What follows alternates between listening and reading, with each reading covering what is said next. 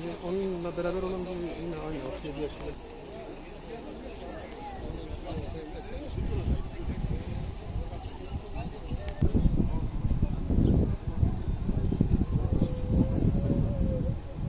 Yok. Yok. Tam o şekilde.